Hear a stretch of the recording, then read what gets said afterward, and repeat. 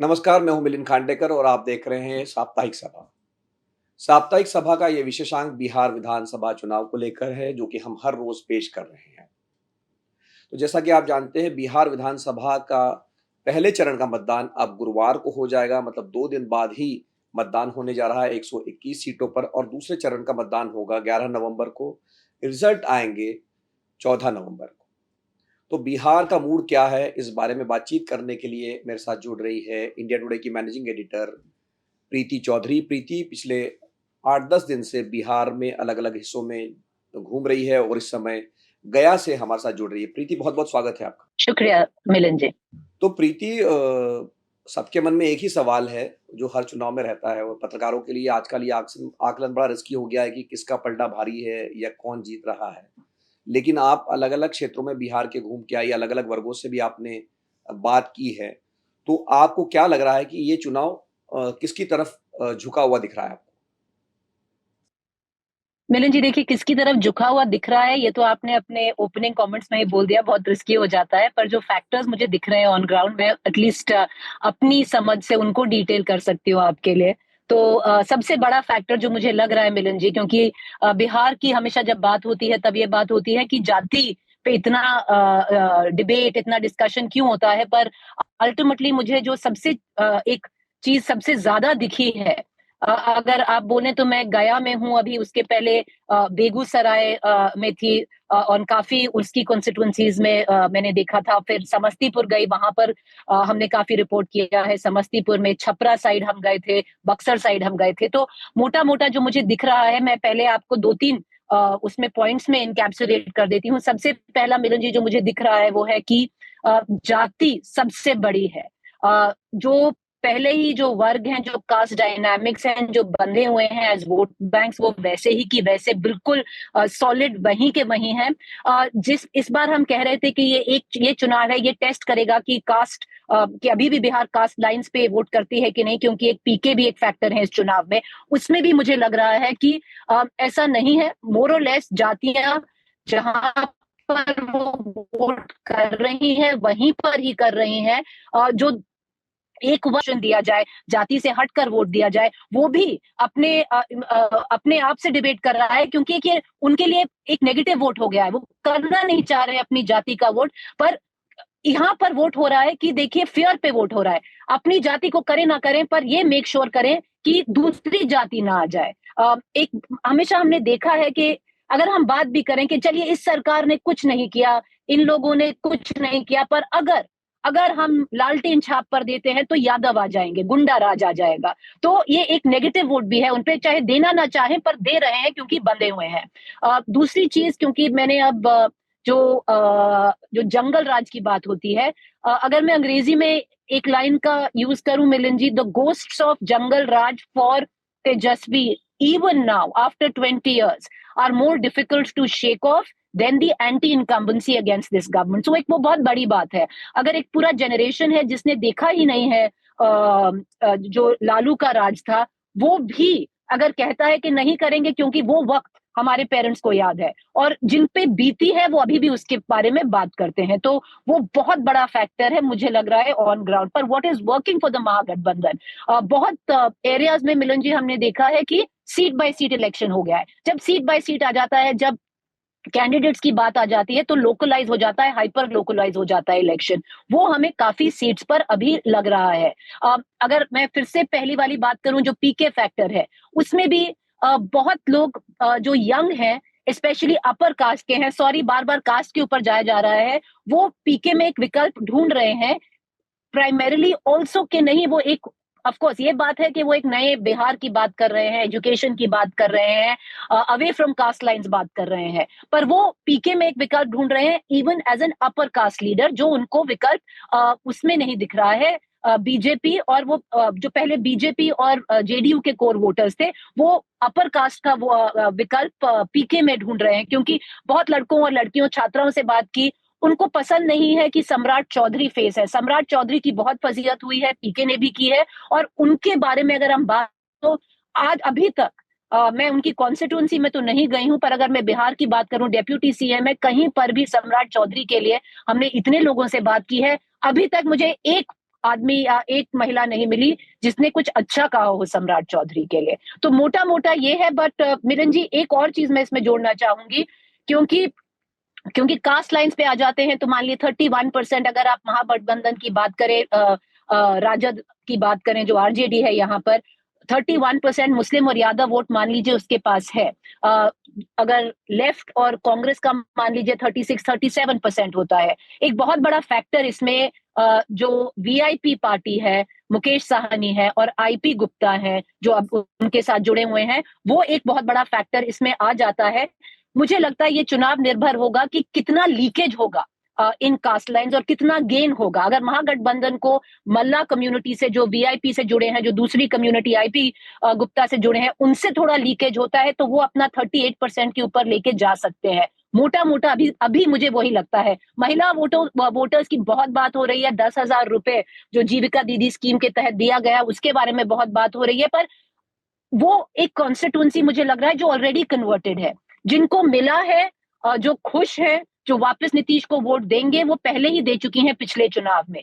मुझे उसमें कोई नया कन्वर्जन नहीं दिख रहा है, because I also feel most women this time are also sticking to their caste dynamic, पर that constituency is already converted is what I feel. Congress is very important. क्या कांग्रेस 19 वोट के ऊपर जाएगी? मैं कल बछवाड़ा में थी और बछवाड़ा एक ऐसी कॉन्स्टिट्यूएंसी थी मिलन जी जो पिछले चुनाव आप 2020 की बात करें तो 400 के वोट से यहाँ पर बीजेपी पहली बार जीता था। ये एक ऐसी कॉन्स्टिट्यूएंसी है जहां पे कभी बीजेपी जीता ही नहीं था। तो 400 वोट से जीता था। उस वक्त जो जॉइंट कैंडिडेट एमजीबी महागठबंधन का लेफ्ट पार्टी से थे और एक इंडिपेंडेंट है जिसने 40,000 वोट काट लिया। अब वो गरीबदास जी है जिसको कांग्रेस ने अपना कैंडिडेट बना लिया है और इन दोनों की फाइट में ये श्योर शॉट महागठबंधन की सीट थी और वहां पर अगर मैं बोलूं एक्चुअली आरजेडी और कांग्रेस में जूता चप्पल चल रहा है, ऐसा हो गया है। और ये फ्रेंडली फाइट तो कहते हैं पर हाईली अनफ्रेंडली फाइट है और ये सीट जो उनका श्योर शॉट था वो उसमें बीजेपी आगे जा सकता है because of their infighting. और ये एक नहीं 11 सीटें ऐसी हैं मिलिंद तो जी। प्रीति जैसे कि आपने बात कही जो कास्ट लाइन पर चुनाव हो रहा है, लोग अपनी जाति में ही मतलब एक तरह से कंफर्टेबल है कि उसके देखा जाए। तो जैसा कि आपने कहा कि महागठबंधन जो है उन्होंने इस बार जोड़ा है वीआईपी पार्टी को और आईपी गुप्ता की पार्टी को उन्होंने जोड़ा है। ये 2 एडिशन हुए हैं। ये अलग-अलग एस्टिमेट है कि कितने मल्ला वोट है, कोई 9% कहते हैं, कोई 2.5% कहते हैं और आईपी गुप्ता का भी 1 डेढ़ परसेंट वोट है। कांग्रेस को भी इस बार उम्मीद है कि दलित वोट और मिलेगा उसको, राजेश राम को जो उन्होंने अध्यक्ष बनाया हुआ है। लेकिन दूसरी तरफ प्रीति अगर आप ये देखें कि बीजेपी ने भी तो चिराग पासवान को इस बार जोड़ा है एनडीए में। तो एनडीए के पास भी अगर आप 2024 का रिजल्ट देखेंगे जब उनको वोट मिला था तो चिराग पासवान का भी एक रोल था। तो ये जो कास्ट का इक्वेशन है, आपको अभी भी लग रहा है कि ये कांटे का है, दोनों का बराबरी का है या अर्थमेटिकली गणित में हिसाब से एनडीए को एडवांटेज मिलेगा? देखिए, अगर आप अर्थमेटिकली देखिए मिलिंद जी, तो ऑफ कोर्स एनडीए को एडवांटेज है, अगर आप just on the basis of caste arithmetics देखिए। पर इसमें बहुत लेयर्स हैं, लूपहोल्स हैं, जब आप ग्राउंड पर आते हैं आपको पता चलता है। कल देखिए जैसे बेगूसराय में मैं वहीं पर थी, जब राहुल गांधी ने वो डुबकी दी, उसको बहुत लोग राजनीतिक डुबकी कह रहे हैं, उनके साथ मुकेश साहनी थे, मल्ला कम्युनिटी थी। वहां पर उसके बाद जब जाकर मैंने देखिए ये बात हुई थी बेगूसराय में, मैं थी बछवाड़ा में जैसे ही आप एंटर करते हैं कुम्हार जो बेसिकली कुर्मी और मल्ला और भूमियार के बहुत ज्यादा वहां पे strong hold when you enter Bachhwara होता है। तो मैंने वहां पर मल्लाओं से बात की जो कम्युनिटी है, उन्होंने साफ साफ बोला देखिए पहले हमें लग रहा था कि हम नहीं जाएंगे पर अब हमें लग रहा है कि राहुल गांधी हमारे साथ है। तो ये छोटे छोटे डायनामिक्स प्ले आउट कर रहे हैं। पर अगर आप क्लासिक अर्थमेटिक गणित की बात करें जो कास्ट लाइंस पर होता है, तो आपने बिल्कुल सही कहा, the advantage definitely lies with the NDA in terms of caste lines. जो दलित फैक्टर की आप बात कर रहे हैं, देखिए जो नॉन यादव ओबीसी वोटर है, जहां जहां हम गए हैं वो तो बीजेपी के ने अच्छे से कल्टिवेट कर रखा है। ईबीसी एक्सट्रीमली बैकवर्ड कास्ट है, वो भी है इसमें। अगर जो महागठबंधन का जो कांग्रेस का दलित पिच है, वो मुझे इतना अभी नहीं लग रहा है, पर मैं ज्यादा अभी आई थिंक 2-3 दिन और जब ट्रैवल करूंगी, जो सेकंड फेज है, तब मैं थोड़ा और इस पे बता पाऊंगी कि कितना कांग्रेस गेन कर रही है या नहीं गेन कर रही है, जो दलित फैक्शन है, जो रिजर्व सीट्स हैं। पर मोरलेस आपने ये तो सही बात की है, जो arithmetically the advantage lies with the NDA, but layers हैं मिलिंद जी, बहुत लेयर्स हैं, बहुत सारे कैंडिडेट्स हैं, हाइपर लोकल इलेक्शन है जो स्ट्रांगली फाइट कर रहे हैं डिस्पाइट ऑफ द महागठबंधन, क्योंकि ऑन ग्राउंड एक कहते हैं जो कोहेसिवनेस होता है वो नहीं दिखाई दे रहा है कि जो आरजेडी और कांग्रेस इकट्ठा नहीं काम कर रही है, ऑन ग्राउंड आपको वो एकजुट नहीं दिखाई दे रहे हैं। तो प्रीति, जब आप ये कह रही है कि ये चुनाव हाइपर लोकल है या सीट बाय सीट है, या यूं कहा जाए कि राज्य के स्तर पर कोई लहर नहीं है किसी एक पक्ष में, तो ऐसे में तो क्योंकि एक माना जा रहा है कि महिला वोटरों की वजह से एनडीए के लिए इस बार जीतना आसान हो गया है, पर अगर आप ये कह रही है कि सीट बाय सीट इलेक्शन है, तो फिर क्या होगा? मिलन जी, पॉकेट्स में देखिए, ऐसा नहीं है कि हर जगह सीट बाय सीट इलेक्शन है, पर यूजुअली कहा जाता है कि बिहार में क्षेत्र के हिसाब से जो रीजन्स हैं उनके हिसाब से होता है। मैं अभी मगध में हूँ, कि मतलब रीजन वाइज इलेक्शन होता है, वो नहीं दिखाई दे रहा है। तो उस बिना पे कह रही हूँ कि पॉकेट्स हैं जहां पर हाइपर लोकलाइज हो गया है चुनाव, जो will usually work to the advantage of not the incumbent but the opposition. पर मोर और लेस अगर आप देखें तो arithmetically advantage lies with NDA. और मैं फिर बोलूंगी, आई थिंक द जो जंगल राज की छवि है वो बहुत मुश्किल है तेजस्वी यादव को अवॉइड करने के लिए, चाहे कुछ भी कहें।